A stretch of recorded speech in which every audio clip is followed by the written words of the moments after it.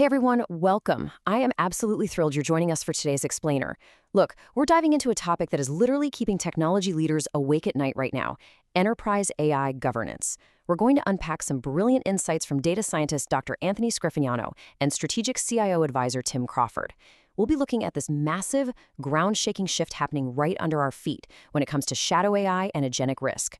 So, if you love dissecting complex systems and want a real, structured look at how we govern the autonomous enterprise, grab a seat because you are in exactly the right place. Now, here is the absolute core of the problem. We aren't talking about those slow, multi-year software rollouts anymore. No way. AI agents are infiltrating enterprise systems at a blistering pace. It's a speed that is aggressively, almost violently, outpacing traditional IT oversight. CIOs? Well, they're essentially playing catch-up in a race where, honestly, the rules haven't even been fully written yet. Okay, let's dive into Section 1, the autonomous AI invasion. When the business builds the bots. So let's talk about this really fascinating concept called vibe coding. Imagine what happens when line of business users, people with absolutely zero formal development background, start using AI to just whip up their own tools and software on the fly. It's wild. This behavior completely shatters the old illusion of a secure enterprise perimeter.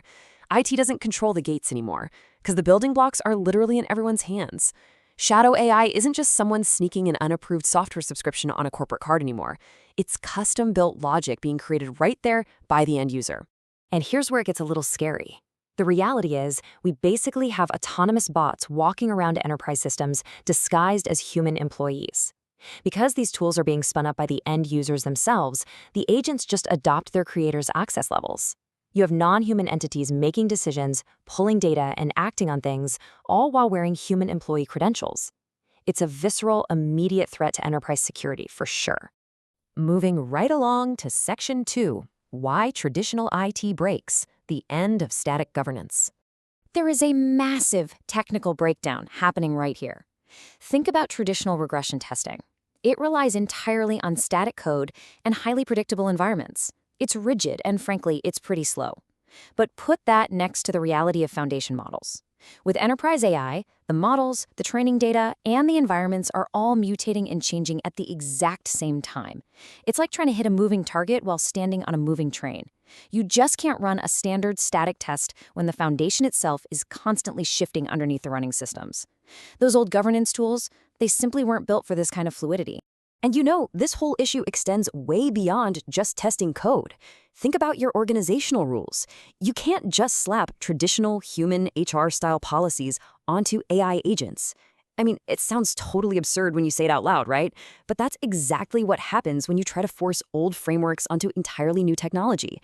We're dealing with orchestration layers now, where super agents are autonomously delegating tasks to sub-agents. A human HR policy cannot govern a machine hierarchy operating at that level of crazy complexity. We desperately need entirely new AI agent rules. All right, Section 3, tactical shadow AI controls, immediate fixes for machine speed. So, what do we actually do about it? Well, here are some specific, actionable safeguards you need to deploy right now to corral the shadow AI. First up, establish AI sandboxes. You need safe, heavily contained environments where people can experiment without blowing things up. Second, implement token counting. This is huge. You have to actually measure and throttle the computational resources these models are chewing through. Third, strict personal identifying information or PII guardrails. These are completely non-negotiable if you want to protect sensitive data from being ingested or leaked out. And finally, you absolutely must monitor for value leaving the organization. You need to know the second proprietary corporate intelligence tries to walk out the door via a simple AI prompt. Now, to enforce these controls, our whole concept of enterprise security teaming has to evolve. It breaks down into 3 distinct phases. Step 1 is red teaming. But hear me out, red teaming for AI isn't just handing someone a license to go break things wildly. No, they must have a highly specific, clearly defined target list. Step 2 is blue teaming. This group is focused strictly on defending these new autonomous systems. And finally, Step 3, green teaming. They step in to ensure operational efficiency, making sure that all these new safety measures aren't accidentally grinding the actual business to a total halt. Let's transition to Section 4, the 3 governance layers. The strategic blueprint for IT leaders. Okay, so CIOs now have to reconcile this deeply complex architecture made up of 3 distinct layers. First, we have user RBAC. That's your traditional role-based access controls built for humans. Second, there's agent governance. These are the specific hard-coded roles dictating what autonomous machines can and cannot do. And third, knowledge governance. This means controlling exactly what data the AI is even allowed to learn from in the first place. The real kicker here? The incredible challenge is that all three of these layers have to be integrated and managed simultaneously across your massive, mission-critical enterprise platforms. We're talking the big ones like ServiceNow, Salesforce, and SAP. Now, as we're building out all of these complex structures, I want to pause and challenge an assumption that so many of us hold dear. We really need to talk about the illusion of the human in the loop. The absolutely crucial point to remember here is this: human in the loop becomes theater at machine speed. Let's just be honest with ourselves for a second. Relying on those traditional audited sample reviews, where a human just spot checks a few outputs here and there, it's practically meaningless when you're dealing with the sheer blistering velocity and massive volume of AI operations today. Sure, it makes us feel warm and safe, but really, it's just security theater. A human simply cannot oversee processes happening at machine speed in real time. It's just not possible. Bringing us to our final part, Section 5, the transformational CIO mindset, evolution or obsolescence. We really have to contrast two wildly different approaches to leadership here. Think back to the traditional CIO mindset. It was heavily focused on IT operations, right? Keeping the lights on, keeping the servers cool, and defending a static perimeter. But today, the transformational CIO mindset recognizes something terrifying but true. That perimeter is gone.